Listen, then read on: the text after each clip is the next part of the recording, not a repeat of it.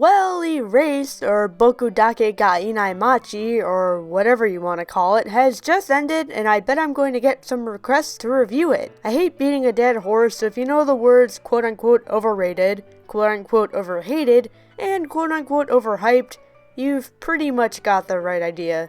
Of course there's more to that, but I'm not going to deal with that right now. Instead, while this video certainly concerns the show, it's more a general message towards the community surrounding it, specifically all the people who hyped Erased to the extreme. I don't think hype is necessarily a bad thing, but recently it's just gotten out of hand. I mean, rating One Punch Man as the greatest show on IMDb, which is above Breaking Bad, Rick and Morty, and Game of Thrones before it's even finished? Its rating did fall, granted, but don't you think that's a little presumptuous and rash? The exact same thing happened with Erased, where there was so much praise for it that it got into the top 5 anime on many sites by the 4th episode. This is almost as bad as completely dismissing an anime as an abomination after only 4 episodes.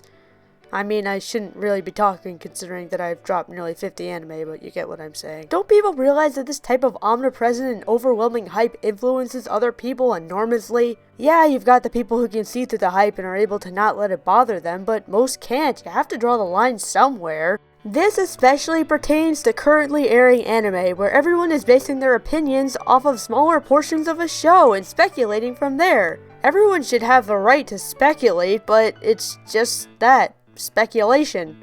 It implies uncertainty about the future, and letting yourself truly believe that a show will be good in the future isn't healthy. Eventually, it burns you out, because you'll eventually become disappointed. It's like expecting that you'll get into a really good college without preparing properly, but having way too much confidence that you'll get in. When you receive that rejection letter, it hurts. Badly.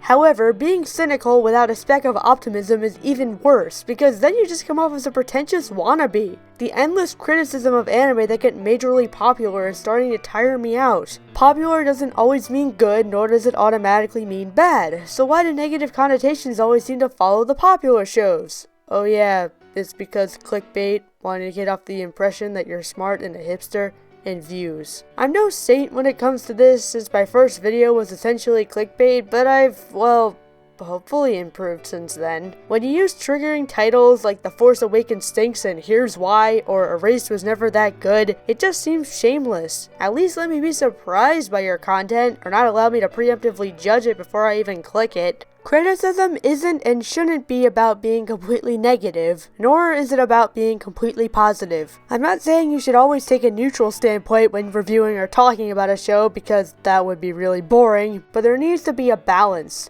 If anything, I have more respect for people who genuinely know what makes a piece of entertainment work. From this knowledge henceforth, they also have an idea of what makes entertainment fail.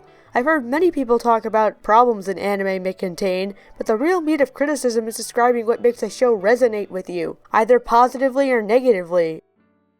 There's a reason why you watch the shows you watch, whether it be for genuine enjoyment, intellectual curiosity, or to see how badly a show can screw up. There has to be some sort of positive feedback on your part, whether it be ironic or unironic, unless you truly believe that show to be completely unsalvageable and can prove it. Do not use buzzwords that make you sound pretentious, but actually prove your points by backing up your ideas with examples and explaining your thoughts instead of just stating them. The best way to get people to understand you is to show them your thought process, and then they can hypothetically respond reasonably. I guess my point is, stop overhyping anime before they're complete, whether it be positively or negatively.